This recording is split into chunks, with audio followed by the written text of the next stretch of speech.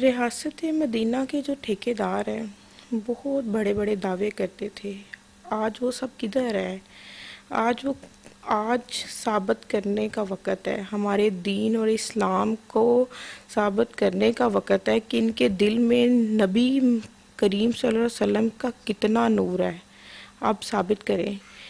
میں چاہتی اپنے دین کا سودا کر سکتی تھی، ٹھیک ہے، میں اپنی بچیوں کا سر کٹوا دوں گی، میں خود اپنے آپ کو آگ لگا لوں گی، لیکن میں اپنے ایمان کا سودا نہیں کروں گی. نبی کریم صلی اللہ علیہ وسلم ختم نبوت پہ کبھی سودا نہیں کروں گی. میرے نبی آخری نبی تھے اور ان پہ میری جان بھی قربان ہے. اس مرتد جسے کہتے ہیں مرتد قادیانی مرزا مسرور پہ لعنت بھیجتی ہوں میں. کوئی دین کے ٹھیکیدار میرے ساتھ نہیں ہے، تنہا چھوڑ دیا ہے مجھے. پھر بھی میں یہ بات کہوں گی، انشاءاللہ وہ دین کی آخری بیٹی بنوں گی انشاءاللہ، جن کے ساتھ یہ قادیانی دوبارہ یہ جسے کہتے ہیں تبلیغ کا جو نیا انہوں نے پلیٹ فارم کھولا ہوا ہے قادیانی کرنے کے لیے مسلمان بیٹیوں کو. پہلی تو نہیں ہوں میں، لیکن انشاءاللہ آخری بنوں گی. السلام علیکم، میں ہوں آپ کا میزبان توقیر چودھری. آپ دیکھ رہے ہیں نما پاکستان. ناظرین، اس وقت میں موجود ہوں لاہور کے علاقے ماڈل ٹاؤن میں. آپ کے ساتھ ایک ایسی سٹوری شیئر کر رہا ہوں کہ جو کہ آپ سنیں گے اور بہت ہی درد بڑی داستان ہے. 10 سال پہلے یہ ہمارے ساتھ بہن موجود ہیں، ان کی شادی ہوئی تھی، جو کہ یہ دعویٰ کرتے تھے ان کے ہسبینڈ کہ وہ مسلم ہے، لیکن 10 سال کے بعد انہیں یہ پتہ چلا کہ وہ قادیانی ہیں. تو انہی کی سٹوری انہی کی زبانی سنتے ہیں. آئے ملواتا ہوں میں ان سے. السلام علیکم. وعلیکم السلام. جی سسٹر، کیسی ہیں آپ؟ جی اللہ کا شکر ہے. سسٹر، یہ پچھلے دنوں کافی سٹوری وائرل ہوئی ہے، کوئی شیئرنگ کریں گے آپ ہمارے ساتھ کہ یہ کیا سلسلہ تھا؟ جی بالکل. 10 سال پہلے میرا نکاح ہوا تھا. ان کی فیملی نے مسلمان شو کر کے تو شادی کی ہے، جو کہ اب پتہ چلا ہے یہ قادیانی ہے، مرتد ہے یہ. تو جیسے پتہ چلا ہے مجھے تو میرا دل پراشتہ ہوا ہے. 2 بیٹی ہیں اب میری اس میں سے. تو اب صورتحال کیا ہے کہ آپ ان سے علیحدگی اختیار کر لی ہے یا ابھی ان کے نکاح میں؟ بلکہ نکاح میں تو نہیں ہو سکتی کیونکہ غیر مسلم کے ساتھ تو نکاح بھی جائز نہیں ہے. تو اس بارے میں آپ کیا کہتی ہیں؟ جی بالکل ایسا ہی ہے. قادیانی جو ہے اس کا مسلمان لڑکی کے ساتھ نکاح نہیں ہوتا. قادیانی وہ مرتد لوگ ہیں جو ہمارے نبی کے بعد نبوت کا دعویٰ کرتے ہیں. مرزا مسرور قادیانی لعنتی جو ہے وہ ہمارے نبی کے بعد ختم نبوت کا دعویٰ کرنے والے ہیں. وہ اتنے غلیظ لوگ ہیں کہ مسلمان لڑکی سے ان کا نکاح نہیں ہو سکتا. ان کو کافر قرار دیا گیا ہے. لیکن یہ سب کچھ جانتے ہوئے کہ میں قادیانی ہوں، اس کو ہم لوگ مسلمان ہیں، میرے دین کا اور میرے مذہب کا مذاق بناتے ہوئے اس نے 10 سال گزارے میرے ساتھ. 2 بیٹیاں پیدا کی ہیں. بڑی مشکل راستے میں ان قادیانیوں نے لا کے کھڑا کر دیا. اچھا سچ، مجھے یہ بتائیں کہ آپ نے انصاف کے لیے کون کون سا دروازہ کھٹکھٹایا ہے؟ میں نے ہر دروازہ کھٹکھٹایا ہے، پر مجھے ہر دروازہ بند ہی ملا ہے ادھر سے. میں نے بہت دروازے کھٹکھٹائے ہیں کہ میرے دین کی بات ہے، میرے مذہب کی بات ہے، میرے نبی کریم صلی اللہ علیہ وسلم کی بات ہے. میں مسلمان بیٹی ہوں، میری جگہ آپ لوگوں کی بھی بیٹیاں کھڑی ہو سکتی ہیں، لیکن مجھے ہر دروازہ بند ملا ہے. مجھے قانون کا دروازہ بند ملا ہے. مجھے یہ جو دین کی باتیں کرنے والے ہیں، ختم نبوت کے دعوے دار جو ہیں، علمبردار، ناموس رسالت کی باتیں کرنے والے، ٹھیک ہے، عافیہ صدیقی کی تو بات کرتے ہیں، کشمیر کی بیٹیوں کی بھی بات کرتے ہیں. لاہور میں ایک بیٹی کی قادیانیوں نے گھر کیا دنیا ہی اجاڑ دی ہے. میری طرف کوئی توجہ نہیں کرتا. میری لڑائی صرف ختم نبوت کی ہے. مرزئی نہ ہونے کی سزا مجھے مل رہی ہے. اس شخص کو پولیس والے ایسے پروٹیکشن دے رہے ہیں. کیا مجھے جان کا خطرہ نہیں ہے؟ اس کو 2 D S P full protocol مل رہا ہے کہ ختم نبوت پہ اس نے آواز اٹھائی ہے تو اس کو کچھ ہو نہ جائے.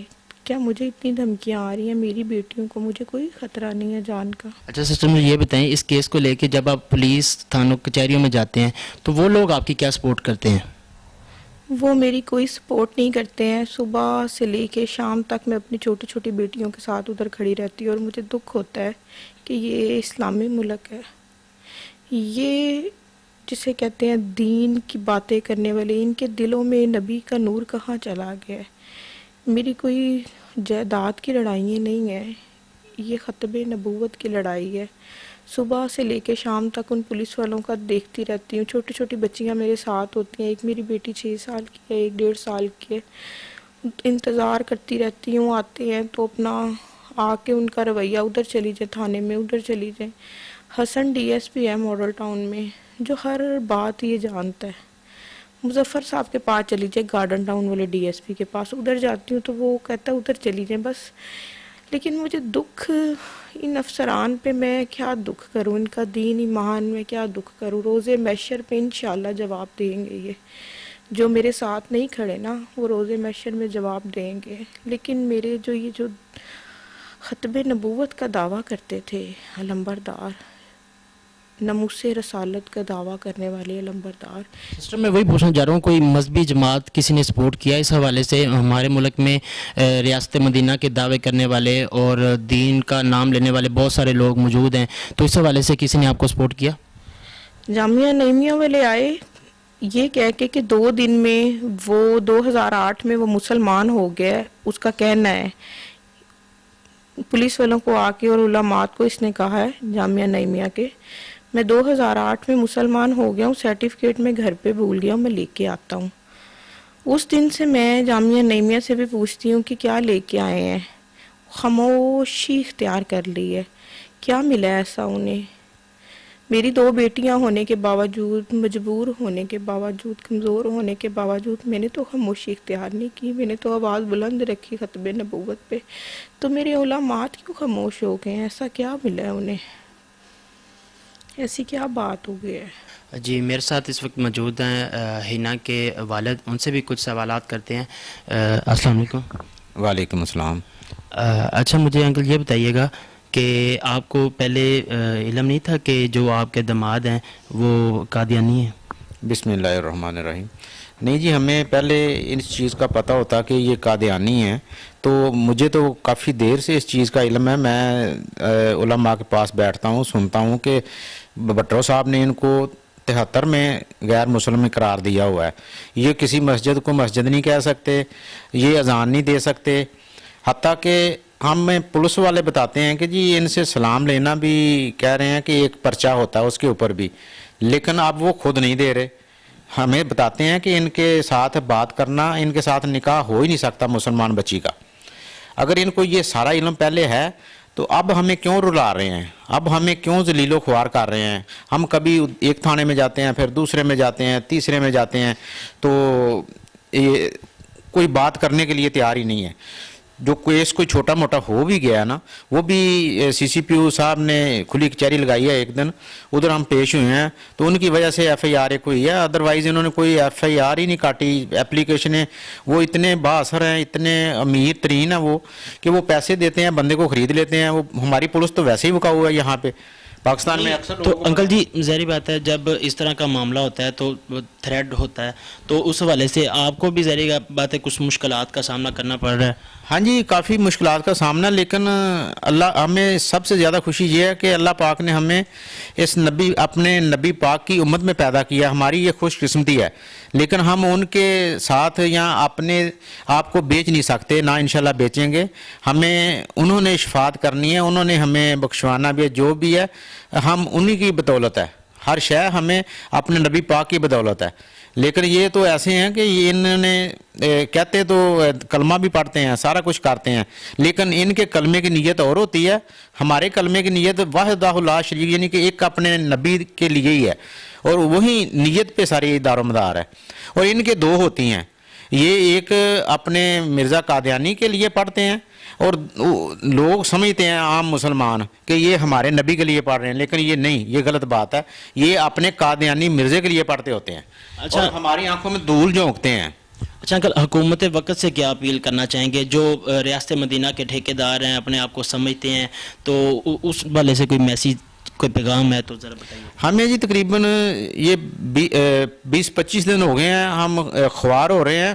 ہمارے پاس اتنے فون آئے ہیں، اتنے مولانا حضرات کے فون آئے ہیں، سب کے آئے ہیں، صرف فون تک بات چل رہی ہے۔ فون کرتے ہیں، پوچھتے ہیں، دکھ افسوس کرتے ہیں، بات ختم ہو جاتی ہے۔